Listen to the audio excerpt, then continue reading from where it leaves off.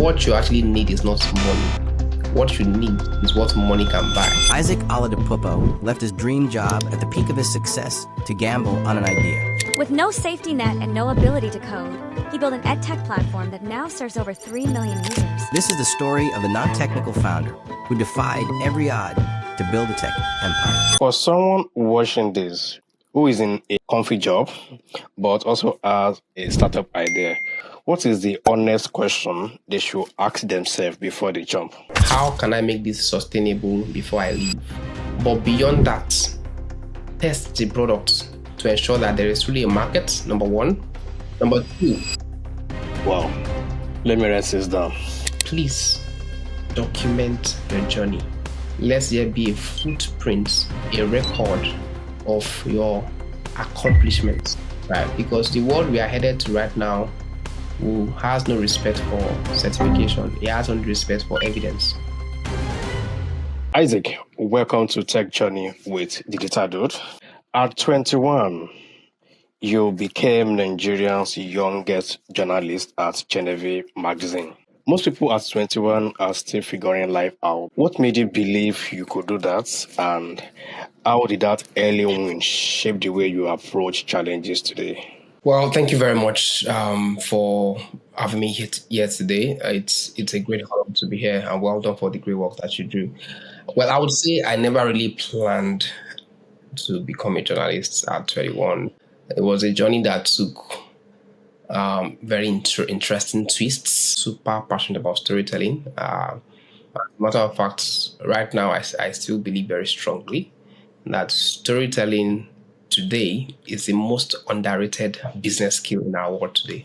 At the time, I was driven by curiosity and great compassion. I wanted to shine light on people who were doing great work in a country where negativity more or less dominated the news. So I wanted to do something different. I've always believed that success is replicable, meaning that if someone has achieved something, that thing is not mystical. If you can find a way to get a person to talk through the process of that achievement, and you have enough wisdom to actually take action based on what you've said, you are able to replicate that success even on a greater, higher dimension.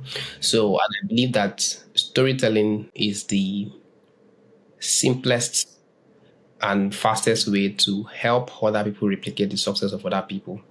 So, but then as I grew in that space, I realized something profound as well, that stories can actually inspire people, just like you said at the beginning of this interview. But over time, systems also changed them. So I was telling other people's stories while feeling this quiet whisper in my heart that you were born to build your own. You were born to build your own. And that's when I started out building my own platform, Top Niger.ng, that did a lot of storytelling, news, but the focus really was on youth empowerment. So it gave a lot of youth the opportunity to actually tell stories that they normally would not have told, right? So that entire experience actually taught me that you don't have to have it all figured out. You just start with obedience, especially to that whisper within you. And as you go along, things will get clearer, it will get better. And even the job itself, I think the other lesson I would take from that for myself and maybe for others is the fact that it's always best to start early. If you're still very young, there's nothing like starting early, because see, early to rise is early to shine. That's why you never find a sports star that got started at 30. They always start early. So for me, I started writing very young. And I think one of the major reasons, I would say I was fortunate to have very good friends where we read together, friends like, Gabriel, who is my co-founder now, by the way. We grew up together, Tayo, and all of those guys, right? So while a lot of our mates were playing football, we were reading books at a very young age. So by the time I was in my late teens, I was already planning to publish my first book, while I was in uni. And it was actually that first book that I wrote and published while I was in 200 level that opened the job to that for that job as a journalist, where I started earning my first, I would say, humongous salary at that time. Even though it was 80K, but it was a lot at that time, decades ago. So that's basically how I got started in journalism. Thank you very much for sharing that. And between the age of 21 and your current age, I'm very sure there is a big difference between how you see success then and how you see success now. Can you share that? Absolutely. A huge difference, definitely. I mean, then it was all about building stuff. I've always loved to build. I wanted to build stuff. I wanted to build platforms, I remember then that the first time I watched the news on CNN, I got greatly inspired. And I was like, we can build something like this in Nigeria. And I really wanted to build a CNN that focused on financial empowerment for Africans, So how CNN shows news, Yeah. world news and all of those things. So imagine a channel that is simply dedicated towards empowering Africans to build wealth, empowering Africans to build skills, empowering Africans, empowerment-based TV channel, essentially, So I've always had that dream, I would say. Now, one day I can build a network like CNN that would actually focus on empowerment. And so that was what I saw as success then. And of course, that was what led to me founding an online platform because I saw that the world was changing. And I saw that it would no longer be TV the normal way. So if you have that kind of vision, you have to also change with the times and leverage the current wave of the generation, which was digital. So we're still on that journey and we'll see how it goes. Wow. Thank you for sharing that. Now, there is someone that would watch this episode. They also want to create impact, to the society. And they have the feeling that they don't have the resources. Let me use the resources like money, to empower them to create the impact. Is there another way they can create impact without the monetary aspect? That's a brilliant question. So I think the first thing I would say to that person is impact is actually not dependent on money when you're starting out. Impact is simply dependent on what you already have, which is life. As long as you can breathe, that's all you need. That's capital you need to get started. When I got started, I didn't have money, of course. A lot of times we focus on money, money, money. But at the end of the day, what you actually need is not money. What you need is what money can buy. And a lot of times, those things are actually intangible because when you have the money, you want to make impact, right? What will you use the money to do? You want to buy something that you use to do what you want to do. So those are actually resources. So there are other ways to find those resources when you get started. So if you want to make impact and the first thing you're thinking about is money, I would say that's already starting on the not so right footing. The thing to get started with to focus on really is how to actually start. When you get started, this is what happens. You begin to attract resources naturally. Because in our world today, we actually have there's actually money in our world. There's a loads of money in our world today, but looking for good ideas. In fact, I like to tell people that there is more money looking for great ideas than there are great ideas in our world. Yeah. Meaning that we don't have enough great ideas. Like money is infinite right now in the world. If you can get started, and people only fund doers, action takers. People don't fund intentions. Like if you come to me now, for instance, and I have all the money in the world, no matter how much you pitch, if I have not seen what you have done, I am not spending a dime. And also, no matter how less effective you pitch, but I can see your track record of things that you have done. I can see the passion shine through. Even if I don't have that money, I will look for it for you.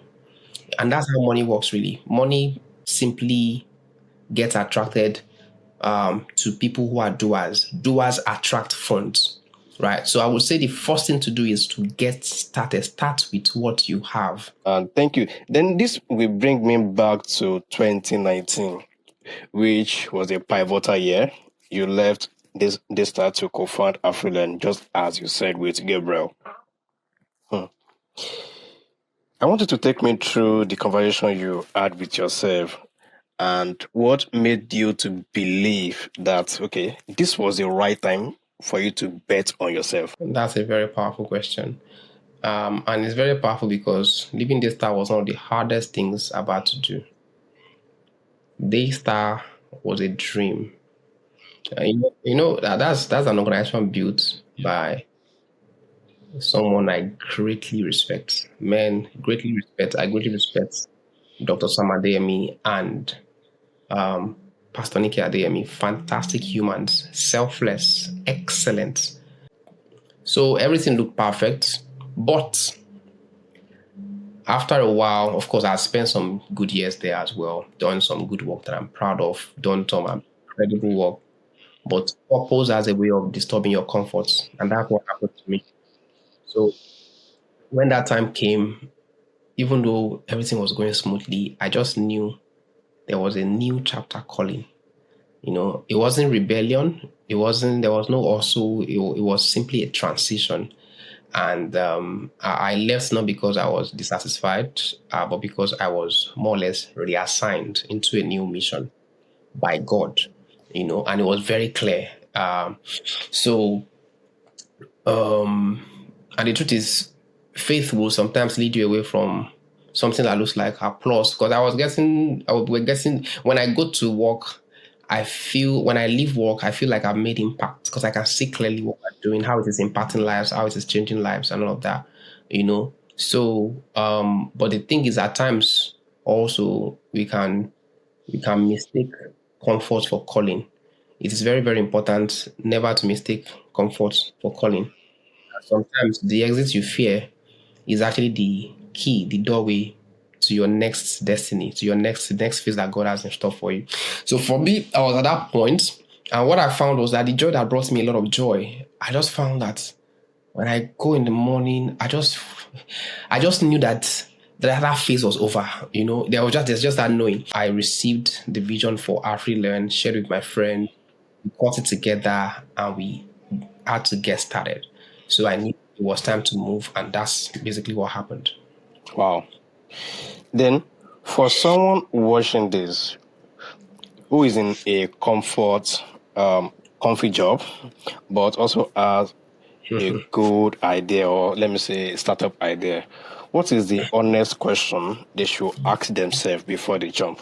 I think the honest question they should ask themselves before they join is that, how can I make this sustainable before I leave? I think that question is very, very important, because a lot of times we tell people to, just leave your job and all of those things. I don't subscribe to that. I think that people should give themselves soft landing. It is wisdom. Now, it is not in all cases. Your case might be different. For some people, when God tells you to leave, you need to leave instantly. I know people like that as well. I've also done that before as well, right? And there's also times when you need to take it gradually. What do I mean by that? Build some emergency funds, but beyond that, test the product to ensure that there is really a market, number one. Number two, ensure that you do not only test the product, ensure that you have paying customers and this thing is already working, right? And I also share that even when I left Daystar, I had built a platform that was earning in dollars. I had built stuff like that. I was earning dollars, but it was earning very, very good amount of money. So I had the confidence, the boldness, to leave, even though I was now building a tech firm, which is Afrilearn. So I had all of that going for me. So I would say, if you got a vision to build a startup while you're on a job, count your costs and do your planning. All these startups that we see there, the Amazon and all of that, they didn't just succeed because the founder had an idea. They succeeded because there was the wave of the right timing. Netflix succeeded because when it happened, it was the right time for it. The market was primed already. People needed that product. So you want to do your testing and see, okay, and when you do your testing, I see that, there's actually no market for it. You just saved yourself, just saved your life. You see what I mean? As opposed to going back to square one and wondering what happened to you and then losing years. So I would advise that before you leave, test the waters. right? Test the waters. And once you see that there's a huge demand for it, of course, then it's a no-brainer. Then you time yourself and leave, and then you go and focus on it. So that's what my advice would be based on my experience, except you then have a very clear instruction that you need to leave instantly. I've also seen cases like that. But in most cases that I've seen, people actually prep themselves. They prep the mission. They test the waters before they leave. Wow. Thank you very, very much. Let's talk about this belief that stops a lot of people. And I'm very sure you must have heard it somewhere that I can't build in tech because I'm not a developer. But you are a living proof that that is not true. From being a journalist, you turned a marketer who co-founded an EdTech, serving 3 million learners. When did you realize that your superpower was in code, and how did you build confidence that marketing skills could just be as valuable in tech company? Very, very important for our ecosystem. So, and I'll be very practical with you. When we started Afrilearn, neither myself or my co-founder, Gabriel, could write a line of code. We were not programmers. I was at best a storyteller and a strategist. I'm very good with those two things. You can wake me up in the middle of the night. I can strategize and storytell for Africa. That's my strength, and I know it very well. I'm a creative guy. I'm an executor. I'm a builder. Those are my core areas. But I understand people, and people are the hardest code to crack. If you can understand people, psychology, you know how to deal with people, you'll go far. So I built around that strength. Of course, we found brilliant developers who could translate our vision into products. Of course, did we make mistakes? We did make mistakes. For instance, the first developer we found, we paid him the money. The product he built, a lot of money, by the way. The product he built, we couldn't use it. So it was at the second attempt that we loved what we built. Failure only becomes failure when you don't learn from it. And that's why I said So that's and of course that then taught me that technology is not just about coding, it's about solving problems. Every single product needs visionaries. So I've not seen a company or a startup that succeeded just because the founder writes codes, because you need marketers, you need storytellers, you need operators. So you don't only need coders. Coding is just one of the skill sets required. The world doesn't reward skill alone. It rewards usefulness. It rewards resourcefulness. And that's why you need a set, not just one skill set, a set to build a startup or to build any company. Wow. So from someone like me, who is a founder, and I don't have any developer that I can bring in as a co-founder, how do I avoid the kind of mistake you made in onboarding wrong developer? In terms of onboarding the wrong developers, what you need to do is you need evidence. You need evidence. So, for instance, if what you want to build requires a developer, and that simply means that you will need a developer to make it happen, right? Now, if that's the case, there are two ways to go about it.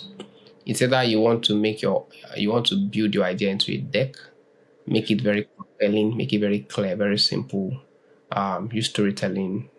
Like I said, storytelling is the most underrated business skill in our world today.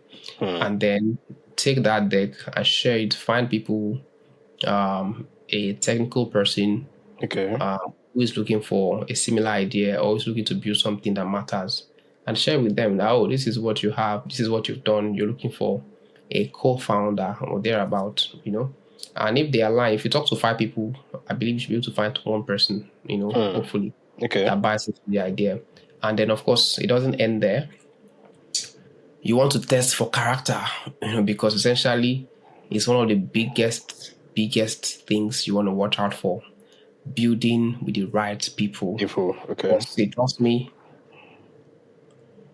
having a co-founder relationship is actually close to being married to someone. That's how powerful it is. It is very close, very similar. Why? Because how far you go is going to be greatly dependent on the And the person's person. smartness, work ethic, or laziness, and otherwise. So you want to ensure that before you commit yourselves, you give yourself some time to see how they work, how they think, their values, their priorities, their dreams, and all of that. I wish that we have had this conversation previous year because I've fallen into the same mistake at this moment. And yeah, onboarding wrong tech folks, thinking they will deliver. And I didn't do my own background check. Everything that you have listed, I didn't do majority of them. I didn't ask for evidence. I didn't tell them to build something like a proof of concept for me to be to show okay, if I can go with them or not.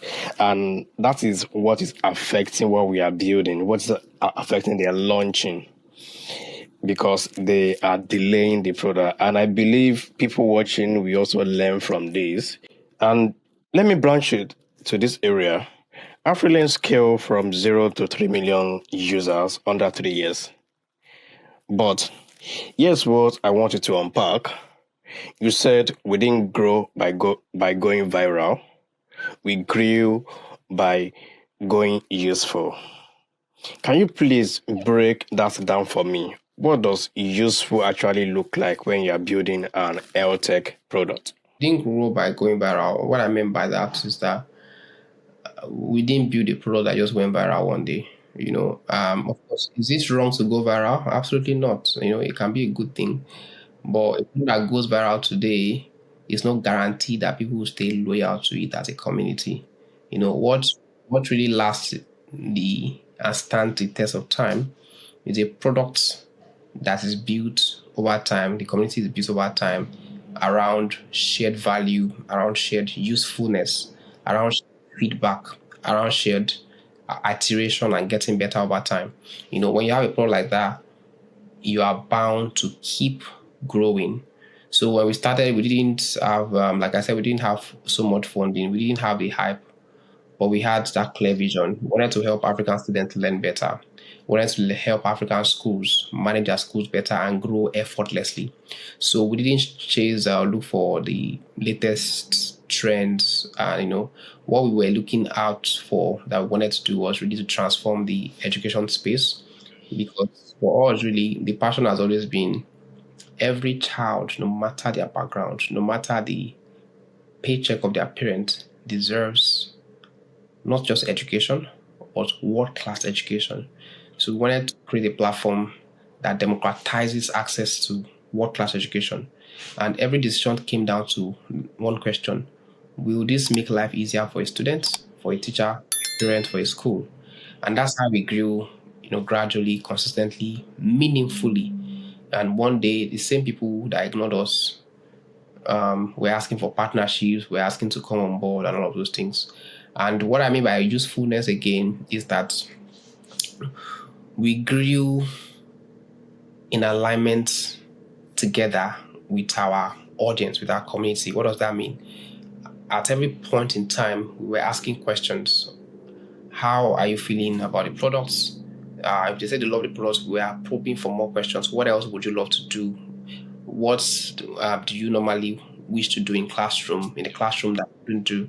So that way we were getting feedback directly from our community. And as we got those feedback, we used it to make the products better and better and better and better. And that's basically how you build a product that scales. Wow. Let me write this down. Thank you so much. I want us to go to the hardest part. You said you and Gabriel were sitting in a small hot room in Ikeja. I intentionally want to ask this question, not only for the audience, also for me. You just walked away from major investor. You have less than 3 months of runway left, and you ask each other, is this really still worth it? For founder facing similar choice between mission and money, what questions should they ask themselves? I think that one of the hardest seasons um, for any founder really is when they are faced with that kind of question. When you are faced with a question that tests your mission and also money. And of course, that's when you also know exactly why you really started. For us, one of those hardest moments came when an investor offered us funding. In fact, I remember that day very clearly. It was it was in this person's office, and of course the offer was quite juicy financially, but it came with terms that could compromise our mission. Meaning that if we took that offer, then it would definitely have compromised our mission. Absolutely, there was no doubt about that. And at that time, we had barely 3 months of runway left, actually. So it made no sense to not to collect that money, to say no. But we realized, I remember that very well, we realized that if money should change our mission, then it becomes our master. Ultimately, from then on, money becomes our master if we had to change mission because of it. So, and then we had to take the tougher route, which was to walk away. And yes, it was painful. Well, I won't tell you it was easy. It was actually very painful. But in that quiet season, we found partnerships that opened new doors that we never imagined. New doors, new funding. So, and that moment really defined our culture. Integrity over desperation any day. Because any decision you make as a leader, as a founder, it's not just a decision that stays with you. It's a decision that multiplies into the culture of the organization over time. So, so I think the lesson really is to not let survival make you sell your soul. Thank you for teaching us on that topic. You achieved UK Global Talent Visa status, and you literally wrote a book teaching others how to do it. What is the difference between someone who gets UK Global Talent Visa and someone who doesn't? Is it just the credentials, or is there a positioning game? I think that it is more of a positioning game, and I'll explain what I mean. I didn't apply, for instance, for the global talent because I was the best in Africa or thereabouts. I know I'm very good at what I do, excellent at what I do by God's grace. But I applied because I knew I was consistent. And by consistent, I mean that my entire life has been packed and ridden by different impact projects from when I was in from as far back as I can remember. I remember starting a magazine when I was in my early teen years. And I remember when I was in 100 level in school, my first degree, how I started organizing a major conference on campus that was very big.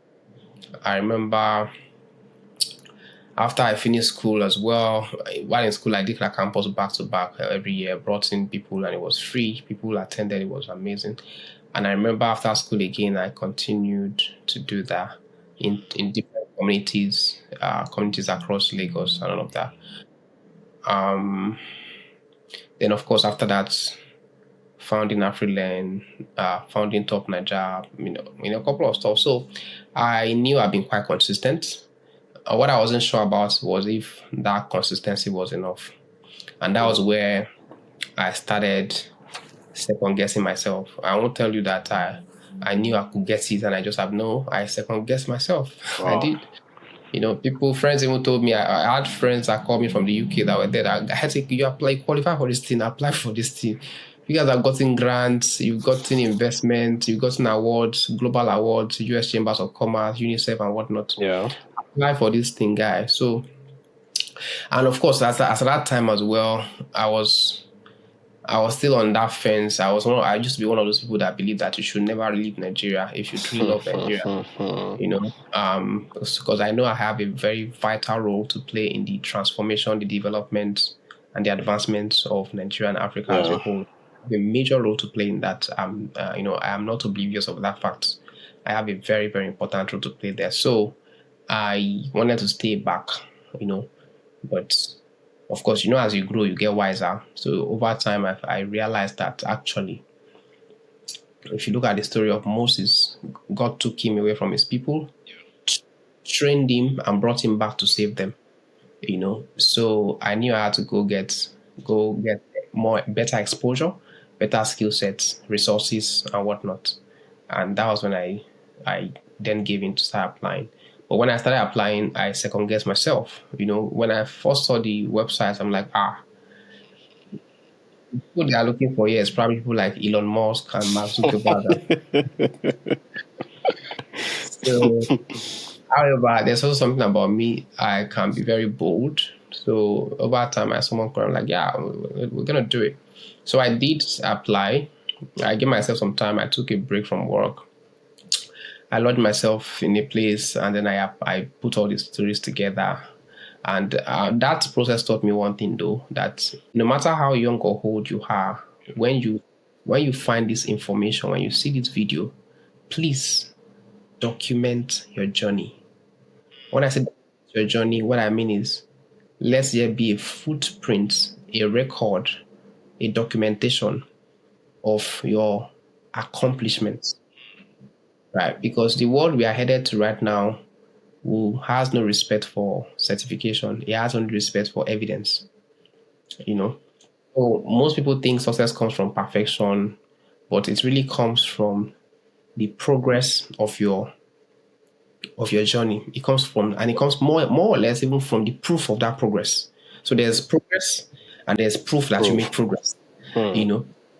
Because ultimately the only person that judges us, you and I, by our hearts is God. Yeah.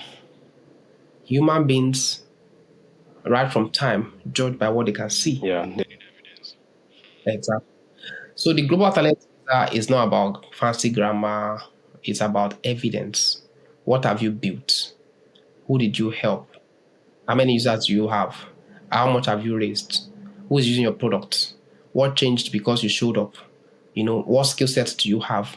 How can we see the proof that you truly have that? What does your GitHub repo look like? What does your portfolio look like? What does your LinkedIn look like? What has the media carried about you? How many media platforms have interviewed you? How many awards have you gotten? How many events have you spoken at?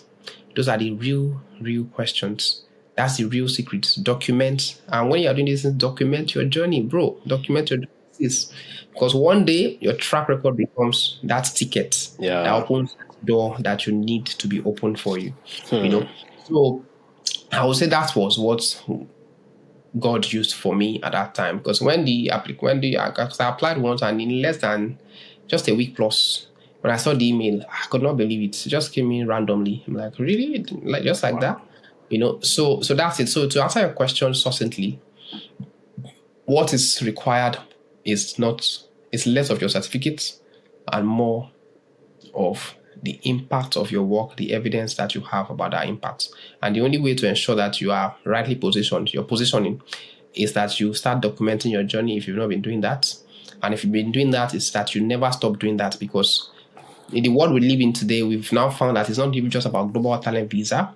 Many things in the future will require your evidence for you. Many gates, many access, many doors will require the proof of your work for you to gain entrance into them. I need to write it again, because I was once a victim of a candidate who didn't get the global talent visa, and I learned my mistakes. Trust me, because I think another thing that happened to me then was that I didn't have a proper evidence based just what you said. I've done some things, but I didn't document them. I couldn't get enough proof. Even as you said, no one cares about what I say, the story I write in the document, but they need proof. And if that is not enough, because it's part of the feedback they gave me, that they know I have name in the tech space and stuff like that, but I didn't meet some criterias, you understand? And it was a lesson for me, and not just because I didn't get endorsed. I also got the opportunity to know about it, and also I can tell people what I know about the visa that these are the mistake I made, so don't do the same thing. And thankfully, you're teaching us about, because I never thought of documenting everything down. Everything you're doing, just document it down, have a proof. I never thought of it, but now it's something that I'm learning, and it shouldn't be something that should be applied to just global talent visa, because truly the world that we are now we require what you have done, and not just by saying. They need proof, either video, picture, emails, anything. They need it so that I can maybe give you anything that you are requesting for, and we really appreciate that. Thank you very much. This brings me to my next phase, which is regarding financial literacy. You're a financial literacy content creator, and you are an EdTech CEO. How do those identity inform one another? Ultimately, I'm very passionate about two things. I'm very passionate about youth development, and you really can't deliver effective youth development without touching those two areas: education and finance. Because ultimately you can shout education all you want, but if you don't show young people of our days how to make money, you're just wasting your time. So it was recently that I started to then, of course, we built Afrilearn to a level where right now we're focused on scaling, and as we speak now, I am in the process of actually, by God's grace, launching a different venture, which is a fintech company, you know. So all of this started because I'm sincerely just very passionate about empowering young Africans to get better, get smarter with their money, with their finances. And right now, I'm actually on a mission to help 1 million young Africans become financially free by 2030. It's a mission that is really close to my heart. And right now, I'm building systems and structures to basically make that happen, to track it, to ensure it happens, and all of that. So that's basically why you see me in those two corners, in those two spaces. So we started with education. Right now, we pivoted into finance, both with my personal brand, where you see the content, the daily money stories that I do, which has become a household name now. And then, of course, the the other company that we're building, which very soon will be announced by God's grace. Yeah. You are a Nigerian entrepreneur building in Nigeria. What is the best and hardest part about building in Nigeria that people haven't done? Like, people who haven't done it don't understand. I think building in Nigeria, the hardest part about building in Nigeria that people don't understand, who haven't been there, would be many things. Number one is the economic situation, and also the infrastructural situation. It's getting better now, I must say, but of course, and of course the talent situation. Now, what do I mean by that? If you're building in Nigeria, you have to insulate yourself from many things. Number one, power. At least, I mean, we face that practically when we'll be shooting videos. When we first started creating content, we're shooting videos in the studio, and all of a sudden, the light just goes off. And then we have already brought in makeup artists, this and that, and you have to either wait or they have to continue the following day. So the reality of power, of course, it depends on the kind of entrepreneur that you are. If you have good funding, you can always supply power for yourself 24/7. But most people really cannot afford that, so they have to rely on the PHCN, as the case may be. So that's this one. The second challenge really is challenge of talent. When I say talent, I mean finding the right people. Um, Talent, human beings are a dime a dozen in Nigeria, but finding people who deliver excellence, who deliver, the right output can be very, very rare. That's another challenge when it comes to building in Nigeria. But despite those challenges, there are also positives.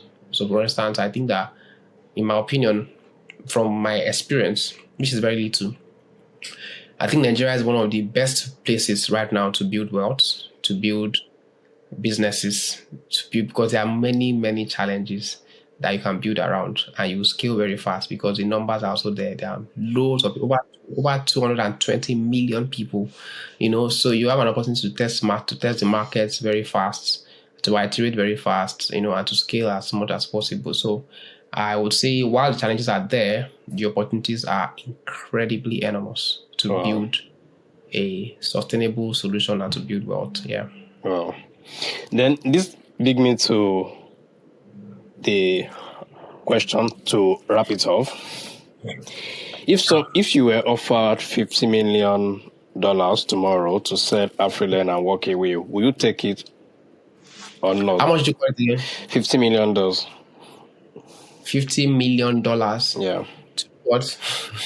To sell Afrilearn and walk away. Would you take it, and why not? The simple, clear, and straightforward answer is that no, I won't take it. I won't take it as of today, because I know the power of what we have built.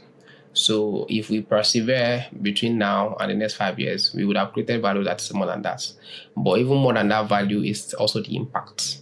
So the reason why I'm with Afrilearn today is not just about the money. It's about the fact that when I wake up every day and I go to our dashboard and I see that, over 300,000 in the last 12 hours, I've used our content, I've learned on our platform, they've gotten better. Bro, there are very few things that fulfill you more than that, right? And of course, at the right time, I just don't think it's the right time right now. At the right time, when the right offer comes, but it won't be to just walk away.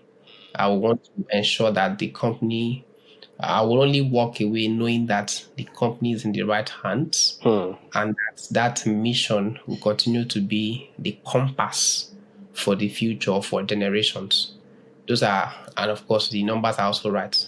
Those are the conditions for which I may walk away. Wow. But right now, the answer will be a honorable no. It's tempting, by the way. Don't mind me. Thank you very much. Guys, I'm very sure your notes must have been filled with a lot of insights and lessons from our discussion with Isaac at this point. And we want to say a big thank you to you for sharing this and giving us your time, because I know your time is very precious and you have been in the meeting you have done many meetings even before you joined this one, and you have showed us not to wait for anything but just to start, regardless of where we are, what we are doing, just to start. And there are a lot of things that I have learned personally, and I will say thank you every day, every minute, every hour, every week. Thank you so much. And for people who want to follow you, want to know about what you are doing, who want to know about your content and other stuff, who even you want to know about the fintech that you are building, where can they follow you? Where can they learn more about you? Thank you very much, Kudus, and it was a pleasure being on the podcasts. Fantastic work you're doing. Well done. So to learn more about me, I think the fastest and easiest way really is to subscribe to my channel, the Isaac Ola. That's TheIsaacLoa. I mean OLA. Sorry, let me take that again. TheIsaacOla. That's the Isaac Ola. So that's my handle across platforms. On Instagram as well is same thing. The Isaac Ola on Instagram as well. In terms of the platforms I'm building, you can check out our work. Bloom is coming. The name of the fintech is called Bloom. My most favorite creation so far. Super proud to be part of that team. An incredible team building an incredible product that would absolutely disrupt the remittance space. So what Bloom does really is it helps Africans to send money back home easier, simpler, faster, and cheaper, so you're sending money and it's arriving instantly, no matter the bank account in Nigeria or any African country. That's what Bloom does. So right now you can check out bloomfinance.com or BloomPay, that's the name of the brand. BloomPay across all socials, or bloomfinance.com is the website. And support us when we launch. We would really, really, really appreciate that. And one way to support us is to ditch your current remittance apps and use Bloom, because trust me, you get a whole lot better value, experience, and of course, Bloom is one that is powering financial freedom for Africans in diaspora. So you don't want to miss out. And thank you again for having me here. Wow, I can't personally wait to use the products because I also use remittance and I know what I've faced using their product. So Tech Farm, if this resonated with you, please, I want you to do 3 things. Number 1, subscribe so that you don't miss future episode. 2, share with someone navigating their career, that's navigating their journey, who needs to hear this. And 3, drop a comment telling me your biggest takeaway from this conversation. And once again, I am your host, DeDataDude. Thank you, Isaac, who is our special guest today, for giving us this honor to teach us today. And see you in the next one. Thank you.